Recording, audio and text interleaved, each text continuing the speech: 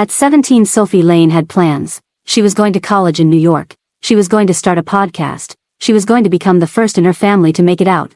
Then 2 pink lines appeared. She stood alone in the school bathroom, staring at a pregnancy test she couldn't afford, her fingers shaking. No, please.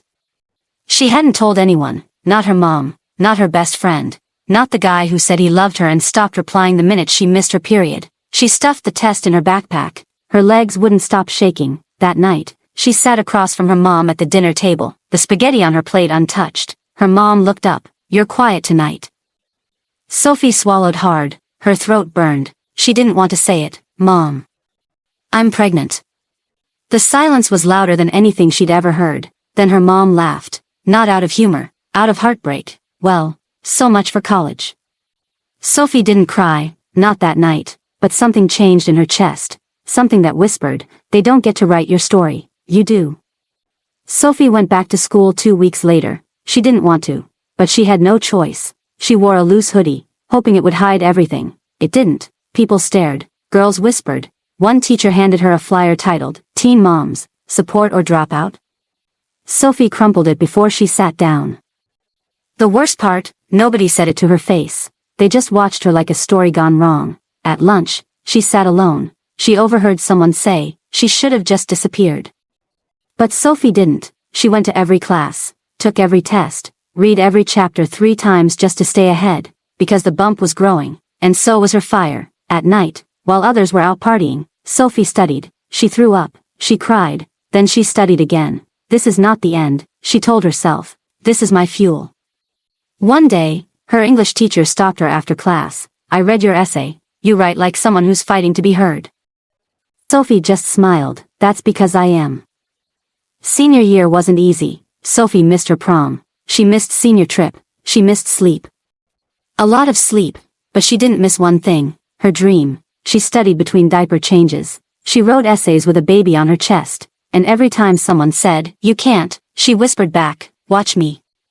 Then came graduation day. Her baby was 4 months old. She dressed him in a tiny cap to match hers. She tied her gown tight and stood in line backstage, her heart pounding. The principal whispered as he handed her the diploma, "You earned this harder than anyone else here." And as Sophie stepped onto the stage, her baby in one arm, her diploma in the other, the gym exploded with applause. Even the kids who used to whisper pointed and clapped. Her mom stood in the crowd, sobbing. The local paper snapped a photo. They posted it with the caption, "She didn't just graduate, she conquered." That night, as Sophie fed her son before bed, she whispered in his ear, "They said you'd ruin me, but you made me stronger." Sophie didn't pick the fanciest college. She picked the one closest to the daycare center that would take her son. While other freshmen unpacked posters and fairy lights, Sophie unpacked bottles and formula. She wasn't there for parties. She wasn't there to find herself. She was there to win. She took morning classes so she could work nights.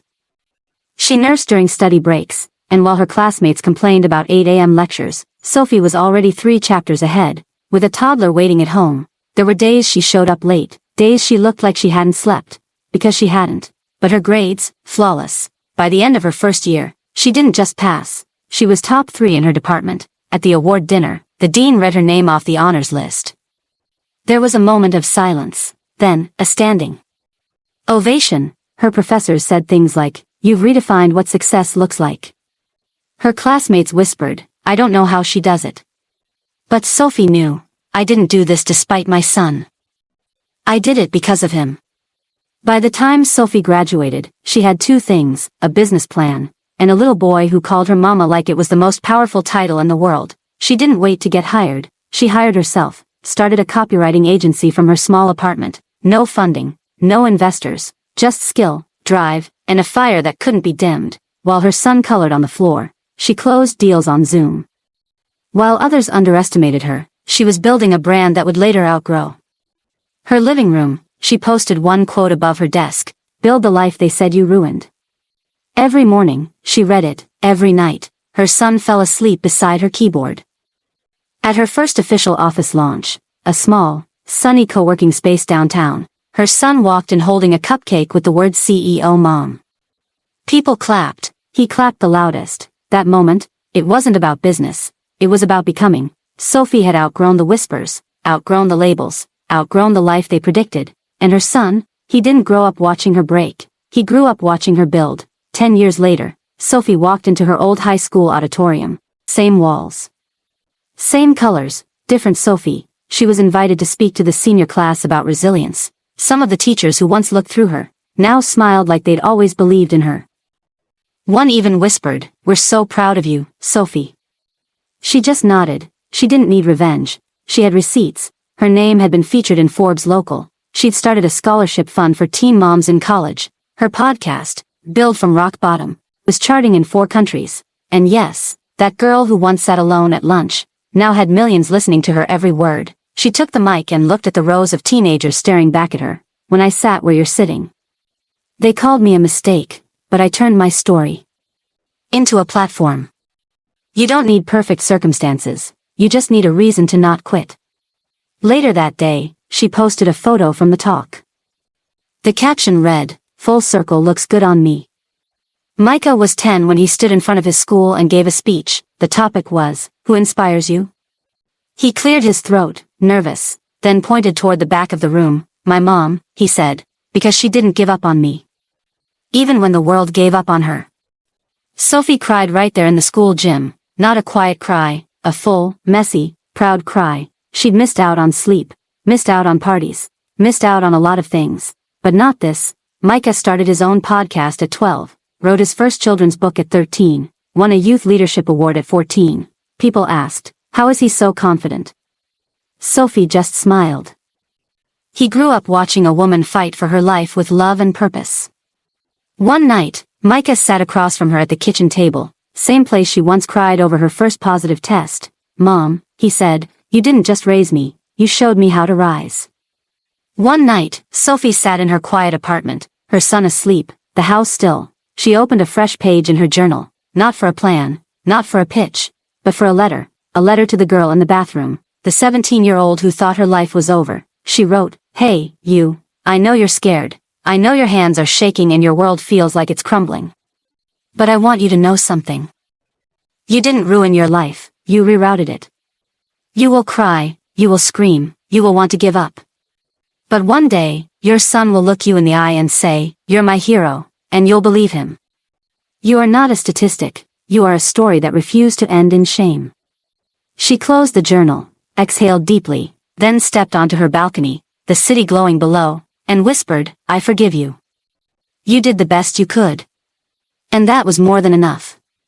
By now, Sophie had been called many things, inspirational, unshakable, a force, but no one really knew the truth behind her journey. The early mornings, the cold showers, the nights she fed her baby while crying quietly so he wouldn't feel her fear.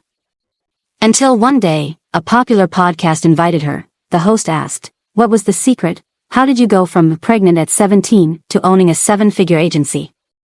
Sophie took a breath, then answered, "There was no secret. I just refused to settle for survival. I worked when I was tired. I loved when I was empty.